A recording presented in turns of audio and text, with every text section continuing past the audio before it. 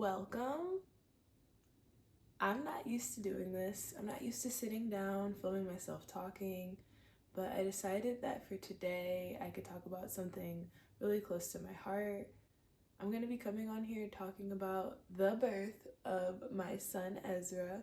I want to tell the full story about the day that he came into this world. So if that's something you're interested in learning more about, stay tuned. You might be wondering, why am I in pajamas today? It's early. It's maybe 7 a.m. on a Sunday morning. I've been up since 5. Maybe 4, actually.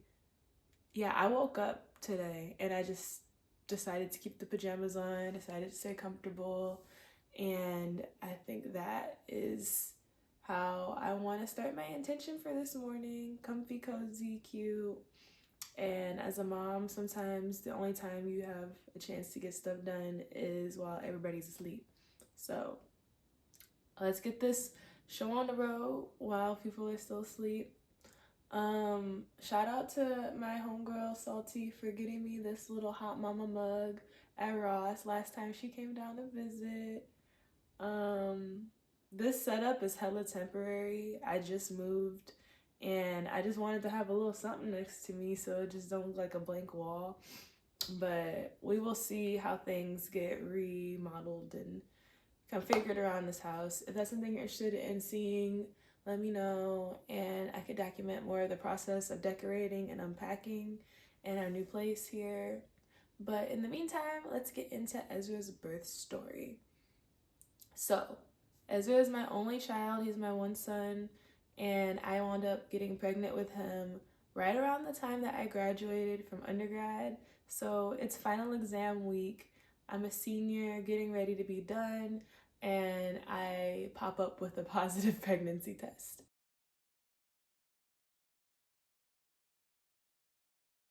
Complete shock. Was not planned, but it just felt like things were aligning. His dad got a job offer here in Chicago to work in tech. I saw it as an opportunity to try a new city, have a family here. That's how we ended up in Chicago. And I moved here super duper pregnant with zero family. Didn't know anybody here in Chicago, so little to no support system. Just me, my son's dad, and it was just us up until about 3 years ago. We're coming up close on Ezra's 3rd birthday. It is next month, December 22nd. So I think the official birth story begins not on his birthday, but probably 2 weeks before he was actually born, because that is when shit went left. So originally, I had these plans of having a midwife assisted birth. I wanted to go all natural, unmedicated, very hippy dippy water birth. I had spent the whole pregnancy like poring over these like birth, labor, and delivery vlogs, and I just wanted it to be something that was a lot more holistic, something that was gonna meet the needs of me as the birthing person versus like having a model in the hospital that you follow, one size fits all. That's not what I wanted. The pregnancy itself was very uneventful.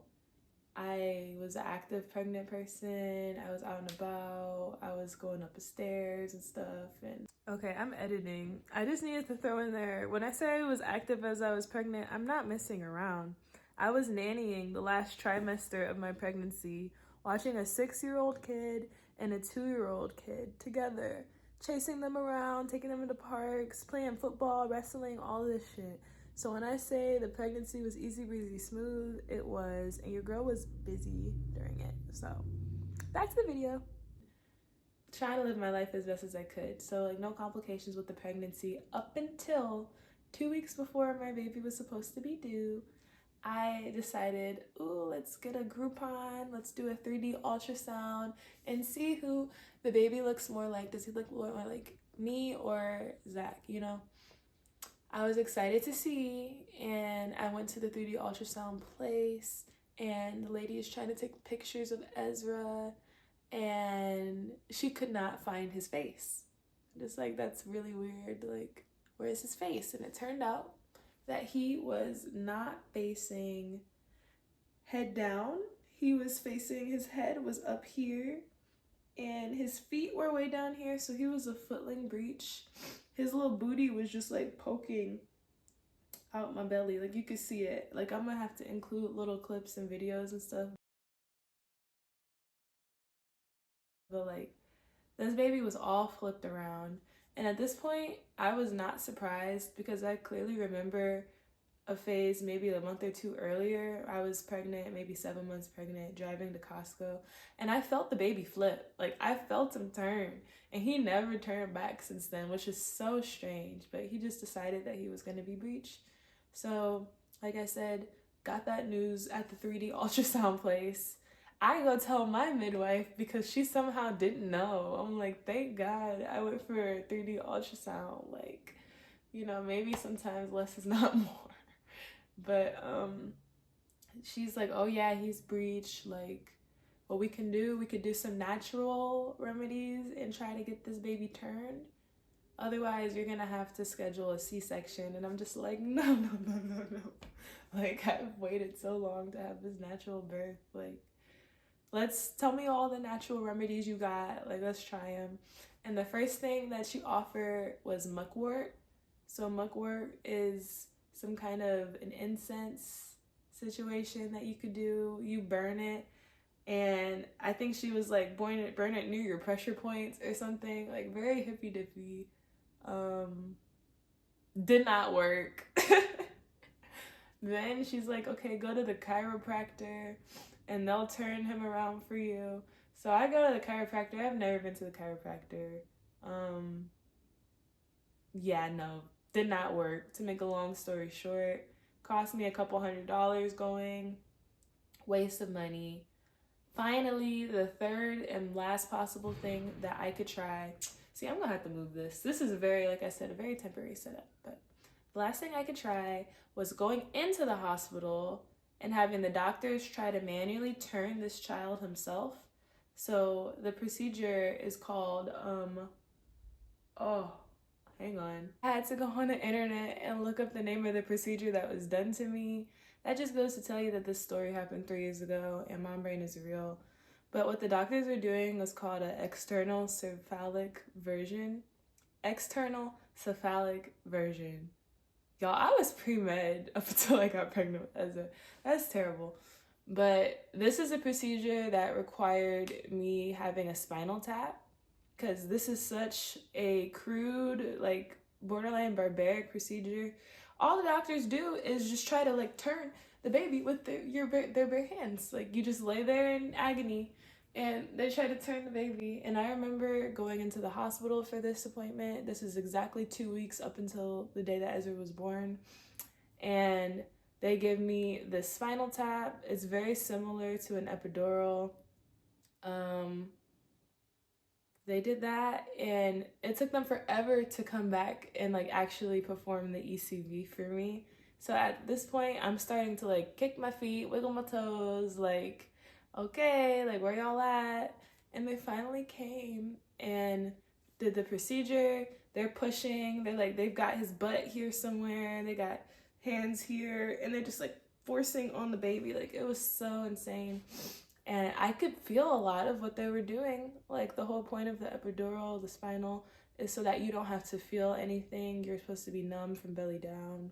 I felt that. And I was just like, I gave them 10, 15 minutes. And I'm just like, no, this is not for me. Y'all can stop.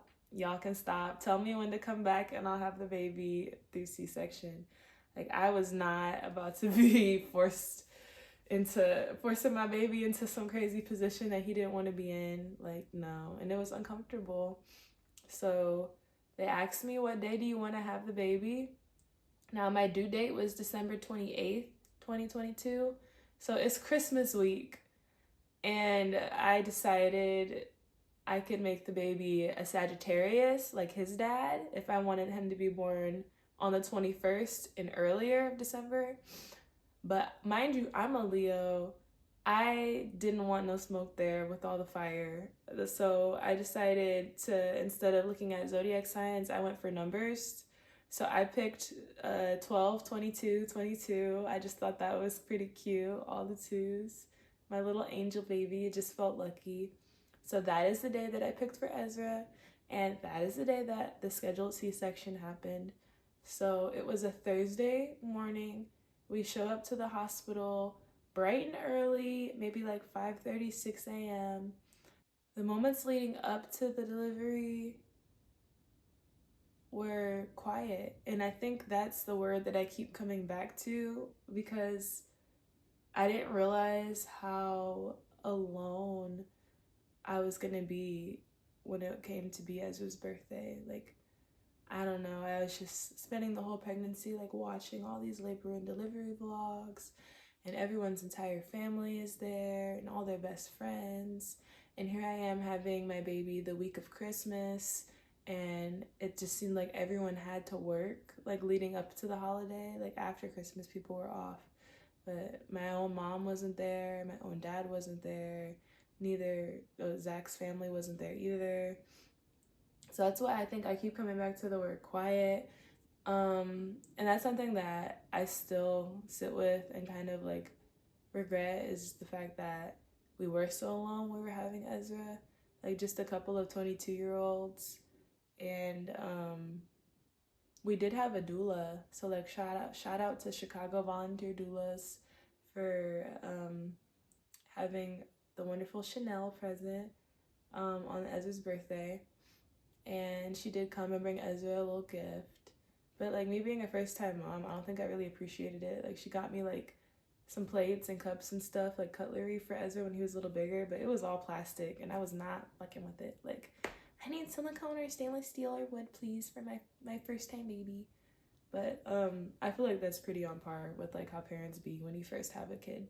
Like, to be fair, but you know, I was grateful, and I was grateful for her presence, but I really did wish that I had more people there. So getting into the actual delivery, the C-section began around 9 a.m. They have Zach put on his, dad suit with the little zip up, safety, whatever suit with his bonnet on, his scrubs, yep. And then they wheel me off and they give me not one, but another epidural, okay? So that I don't feel this delivery. And I remember having to bend over this pillow and get this epidural and just shaking, like just trembling, just like absolutely horrified of what was to come. And they have you on like your heart monitor, you have your pulse ox, and this shit is like beeping, beeping, beeping, and my heart is racing at this point because like I was so nervous. Like I'm in this hospital room by myself because Zach had to be in a separate room for them to give me my epidural, and I just felt so alone and didn't know what to expect. Like, is shit gonna hurt? Is this gonna be like the ECV where I felt things? And I'm like letting them know like that was my experience 2 weeks ago. I didn't take very well to the medication there. They're like, oh, okay, like, good to know. And they let Zach come back in at this point, and shit is about to get real. They're getting ready to start the surgery, and I'm sitting here wiggling my toes. I'm like, am I supposed to be allowed to wiggle my toes? Because I'm kicking them. Like, this is normal, right? And they're just like, no, like, you are not supposed to be able to wiggle your feet. Like, that is unusual. Would you like us to put you under more medication, put you to sleep?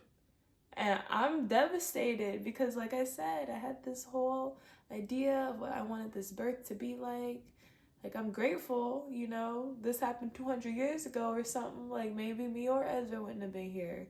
Thank God for modern medicine. But, like, no, I want to be there and see my baby get born, So I'm like, nah, like, I'm tough. Like, y'all can do the surgery. I can wiggle my toes. I just won't do that.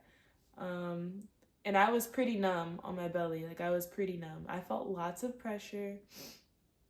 And they opened me up, and the pressure was very intense. Something that I wrote in one of my journals right after was that it felt very much like I was a giant purse, and the doctors are rummaging through, like, just trying to find your keys, just trying to find your keys on a day where you're rushing.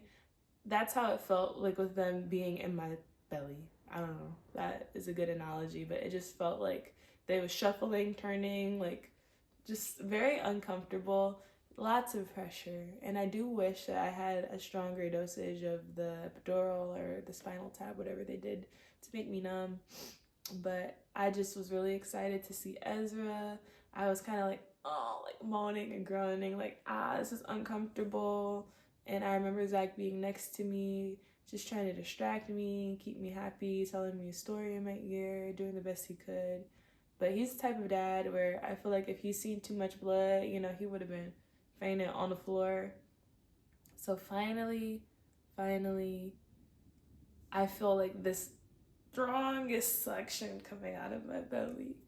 And they are raising up little baby Ezra. They pull down the curtain and hold up this little baby. And I swear he smiled at me, like, immediately. Like, just, like, I'll never forget the first time I saw my baby and saw that smile.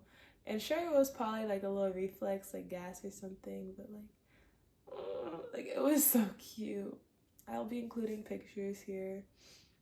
But that was around the last thing that I remember from my whole delivery experience. I remember them pulling him out of me, seeing that smile, hearing his first little cry. Like hearing those cries.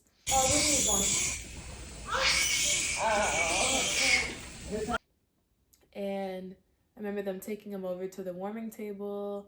They're trying to get like all this water out of his lungs and stuff. Like, it wasn't extreme, but as a new parent, of course I was worried. I'm just like, what's going on?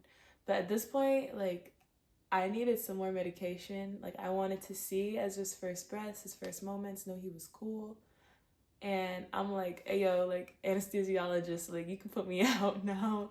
Like, shit really did hurt, you know, it was not comfortable. Like, ideally, you should be completely numb. And I definitely was feeling a lot when it comes to the pressure, the suction, and just the overall pain of, like, having a surgery while you're awake.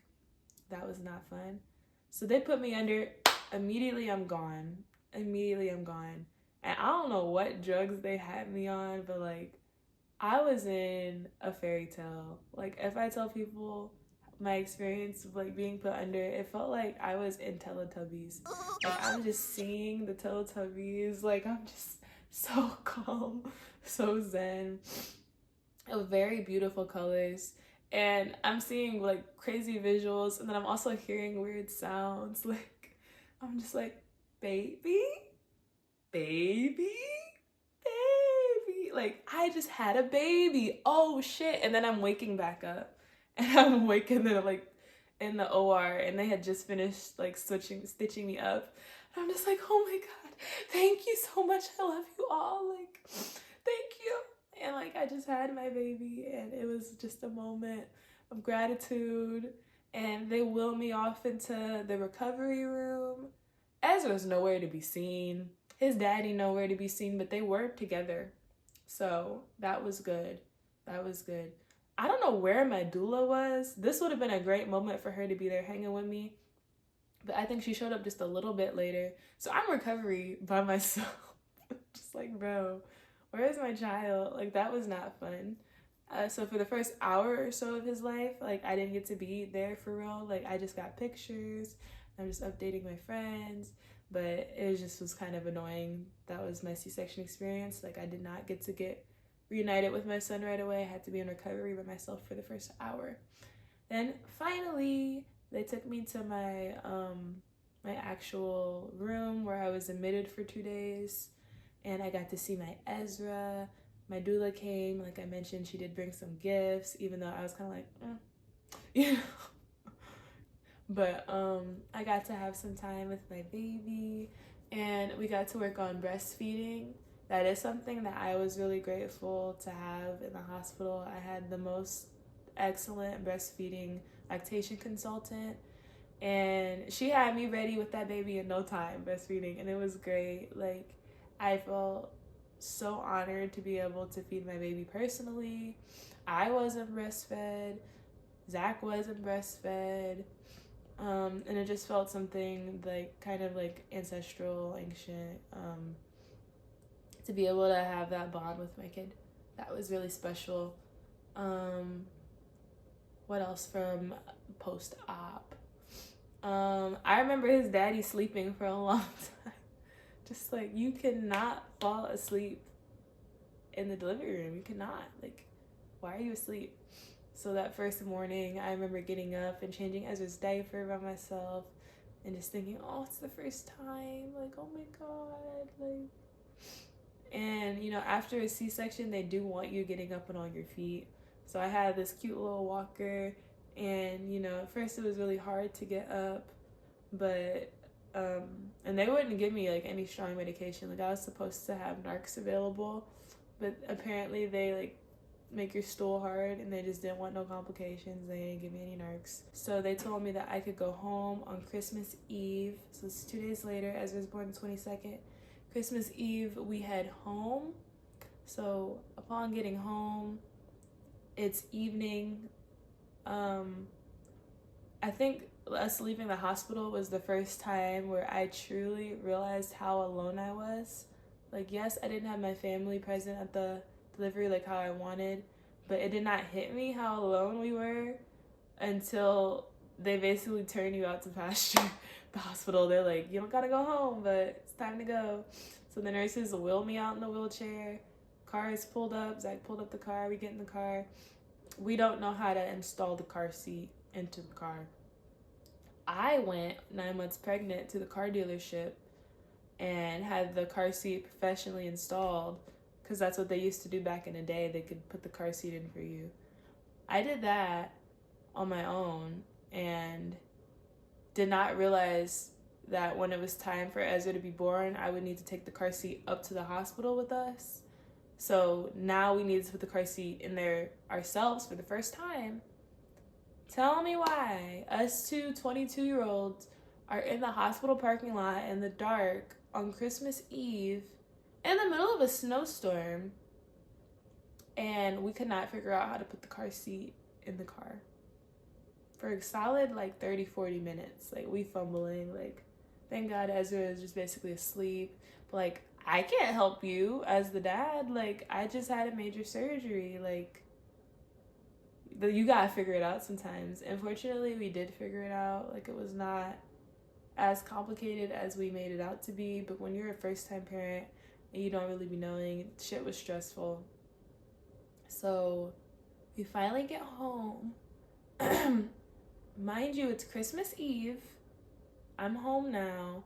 I have 0 medication prescribed from the hospital after the C-section because all of the pharmacies are closed because it was a holiday. So I got to take the Tylenol Motrin that I just happened to have in the house on standby. Thank God I had some, because like, I was just raw dogging post-op with no medication. That was rough. But that first night, my milk came in. So this is something that is a big switch from like the first day or so of having a child and lactating. You have colostrum, which is this thick, yellow, super nutrient dense fluid that your body makes for your baby. But then you finally get your milk. And I remember I had this like this electric breast pump that I got for the low, and that worked so good. Like, that cheap little breast pump, like, I had hella milk, and I was just so proud. Like, oh, like, my baby gonna eat good, and he did. Like, Ezra was great. I was good, albeit the circumstances of not having enough medication. And I was up and on my feet pretty quickly after. My parents were finally able to come down after the holiday, after the snowstorm, just a few days after that. But I still remember feeling a lot more alone than one would have wanted to, being a new parent. And I think that has a lot to do with coming to a new city and not having a strong enough support system here. I don't recommend getting pregnant and moving to a new city. Yeah, that's a big transition. Like, I think for some people, if you're more outgoing, you could have like laid the groundwork and had more of a support system for you. But we were just so new, and then I was just pregnant and tired and sleeping the whole like 9 months. Like, I was not really in a position to be networking like how I try to do now. But I'm not even gonna put that on me. Like, I think my parents should have been there I would have moved heaven and earth to be there if my kid were having a kid, especially my daughter having a surgery. Like, nuts to me.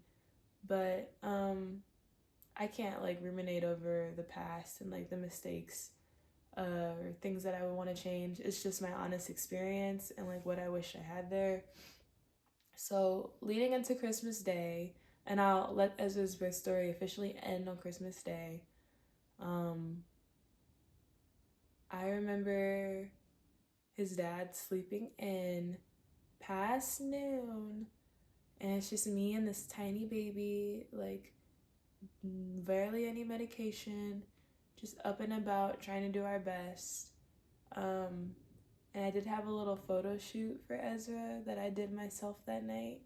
So I was recovering pretty well, but like definitely still in a lot of pain, definitely still needing support. And his dad did eventually like wake up and like made me a really great meal, but I just remember being so pissed. Like, I know you did not sleep that long. But it's a big transition for the dads too. I'll give you that, but I was not sleeping like that because I had a baby to take care of. But yeah, we did Ezra's little photo shoot, and my recovery was very smooth. I was up and about walking. 1 week post-op, I had Ezra on the CTA, taking him downtown to go see the bean. Like, it was nothing. So I think that definitely had a lot to do with having him at 22. Made recovery really well, at least for me. But my whole C-section experience was a breeze. Like, post-op, the only time I really felt a lot of pain is from me cracking up, dying, laughing. Once Zach's family did come and we had some people to hang with us, just laughing. You cannot laugh after you've been cut down the middle. You know, you cannot. And I still have scars, but they're not that bad. Yeah, that's Ezra's official birth story. He will be 3 in just over a month. And I'm like, what better time to reflect on how he came into our lives right around Christmas. And his name is Ezra Ayomide, and that means joy has arrived in Yoruba. And I think it's true, like, joy to the world, like my little Christmas gift. He came, and he'll be 3. He's a big ball of energy, a big ball of joy. Like, he really lives up to his name. He's a true extrovert. He's a true leader. Kids look up to him and gravitate towards him. And I just love being able to shape that little guy and to tell the true, honest story of his birth, the good, the bad, the ugly, things that I wish went differently. But all that to say, like, sometimes the start of the journey is very different from how the journey actually takes place. So even though the start was bumpy and things weren't exactly how I wanted them to be, things didn't go about my plan, the journey, like being his mom, has been so worthwhile and so fulfilling, and has taught me so much about myself and has made me a better person. So that's why I wanted to kick off this channel talking about his birth, because I think it's a good foundation for all of the things that have fallen into place since Ezra came into my life. So if you're interested in learning more about what it's like being Ezra's mommy, what it's like being in Chicago, building a life here, building a home here, working as a nanny here, I'd love to talk more about that. Feel free to like and subscribe, and if you have any questions or comments, leave them in the comment section. Thanks, and welcome to my YouTube channel, Dream Like Destiny. Bye.